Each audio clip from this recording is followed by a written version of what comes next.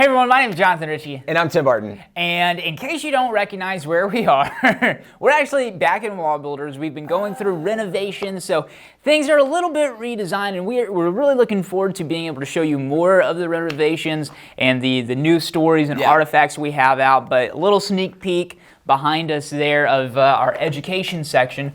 But this year is a very special year for America because it is the 400th anniversary of the first Thanksgiving with the Pilgrims. Yeah. So it's an awesome year. It's some of our favorite stories.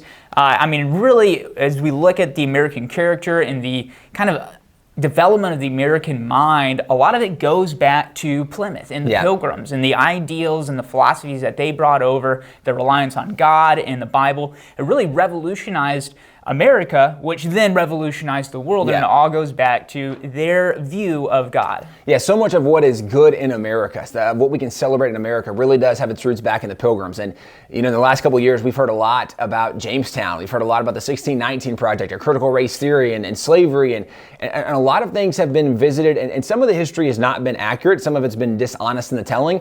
But there are some things of America that genuinely weren't really good things. There have been many sinful moments in America's history where we had leaders who did some really awful, despicable, or even evil things.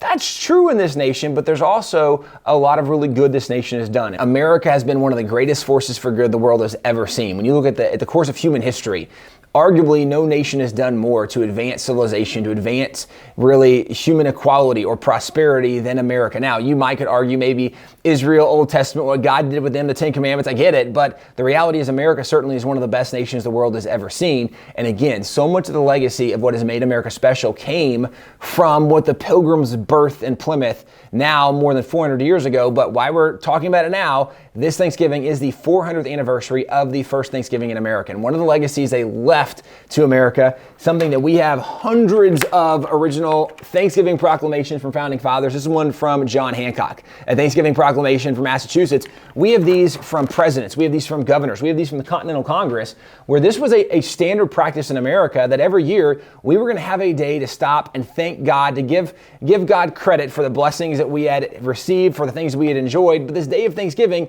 the 400th anniversary, goes all the way back to the Pilgrims on this year 400 years ago. That's right, Tim, and we actually know a lot about this first Thanksgiving because they wrote it down. We have two books right here. One of them is William Bradford's History of Plymouth, and Bradford was one of the first settlers who came over on the Mayflower, one of the early governors, really an important figure. But then we also have this book right here, which is called the New England Memorial. It's actually the first book printed about the Pilgrims, and both of them tell the story of this first Thanksgiving and really why they had so much to be thankful for, because when they landed, they actually didn't land where they were supposed to land. They were supposed to land in Virginia because the terrible weather, they got blown so far off course that they landed outside of Virginia.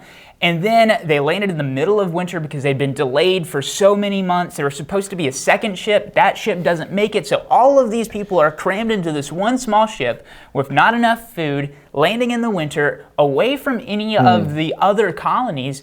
And so they're stepping into, it'd be like if we just walked off onto the moon. I mean, right, we're totally displaced. We don't really have what we need to survive. And there's nobody else around us to help. And so they get off, and they obviously start praying. They start trying to build a community. That's where God has some really providential miracles. The Pilgrims meet up with some of the Native American tribes who turn out to be just really friendly. They reach out to them. Some of them even know English because of things that had happened earlier in their lives. And these Native Americans teach the Pilgrims how to survive in this new world. They work together.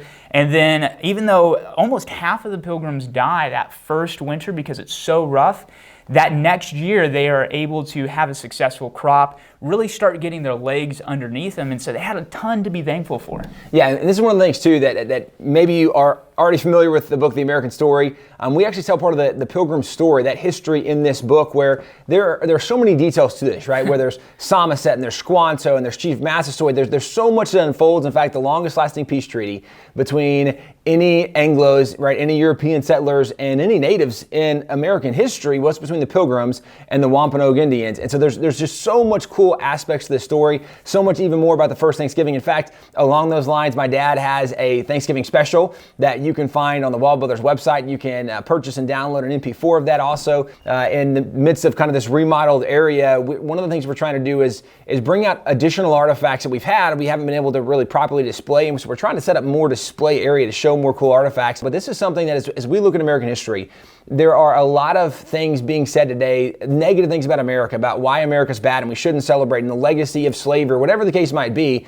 First of all, a lot of those answers are in the book, The American Story. We actually tell the history, and a lot of the history, again, being told now is not always the most historically accurate. It's very slanted. Even though we acknowledge America's not a perfect nation, again, there's a lot different history than what's being told today. So we'd encourage you, get the book, The American Story, find out more of the history of Plymouth, the history of the Pilgrims.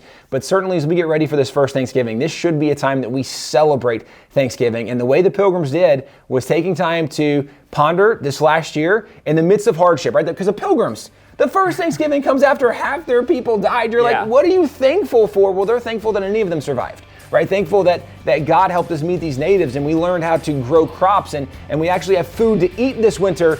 They found things to be thankful for. And so this is something as Christians we always want to be able to do, is find the areas where God has blessed us, where God's taken care of us, where God's provided for us, and we want to make sure that we are thankful. This legacy in America goes all the way back to the Pilgrims 400 years ago.